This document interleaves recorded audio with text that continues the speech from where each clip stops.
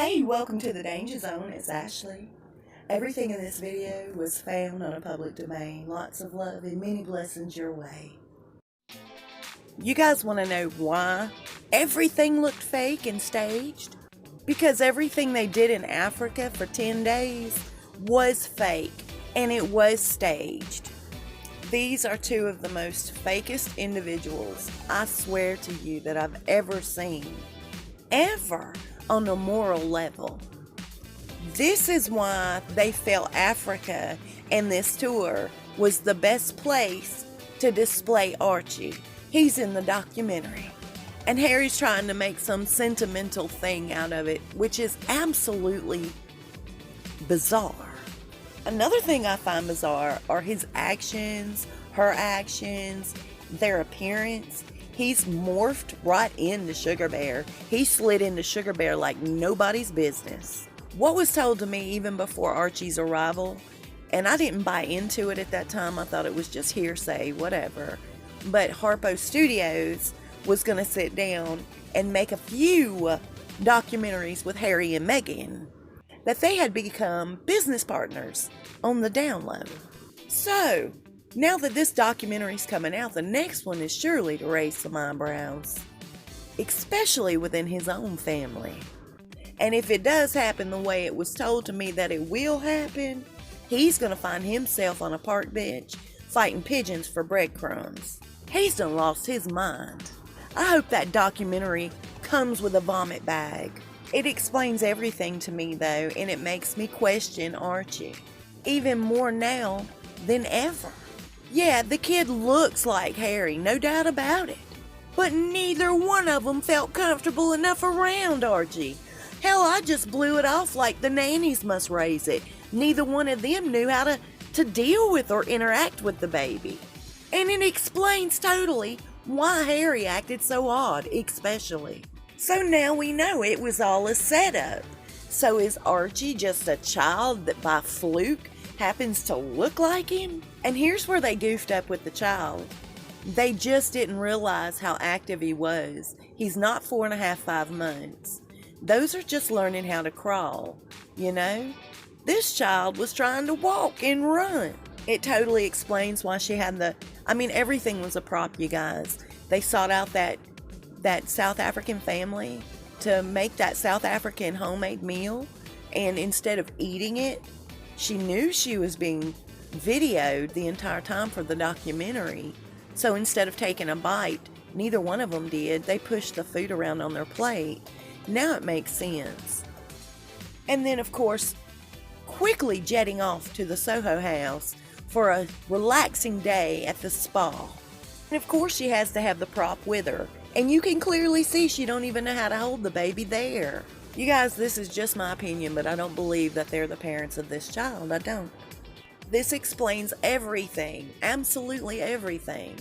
These 12-year-old drawings, that's not a professional drawing. If you're there to preach empowerment and safety, don't you want your graphs to look like professional?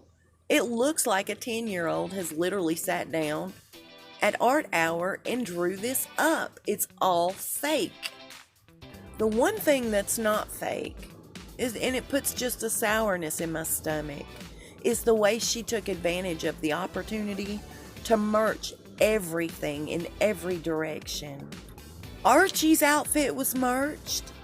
Her top, while she tied the memorial ribbon, that was supposedly her private moment to honor this very real murdered 19-year-old college student, was merched. What a complete blow. What a low blow and an insult to not only South Africa, but all of us who have watched this. And it totally explains why he was using a green screen, walking through these landmines, quote unquote, with halo, while the guys totally got busted setting up the shot. Do you see him putting the flags out? And him going off to plant these dead trees? Why would you plant dead trees? All of this is to benefit their foundation, the same one that's missing millions of dollars, and it's not even been up and running for a long period of time. Now, while they were going to the beach and Soho House to relax and dancing in the streets, putting on their production. According to my friends that have been there almost 30 years that are missionaries, there were close to 213 people that were either robbed, beaten, mugged, or murdered, and they didn't speak on it once, and that was in the first several days. I've never been for the royal family, ever. I think it's just a ridiculous idea. It's so ridiculous, I can't even put it into words without cussing. But for any reason to be dethroned, kicked out of their castle, you guys, this documentary for their foundation is it. This will not be their last documentary, I promise you this. Everything that was told to me, I'm telling you, they've got big old plans, allegedly. They thought that this African tour, this documentary would turn over a new leaf for their reputation, and it has totally backfired. And now they're so hurt over it, not only are they going after the Daily Mail, but they're going after the Sun UK, and I think that's laughable. The Daily Mail and the Sun UK have never been gossipers. They've always put the facts out there. And they think that people are reading these two publications and making their minds up. They're not smart enough or off of whatever long enough to realize it's their own actions that have decided who they are to every one of us.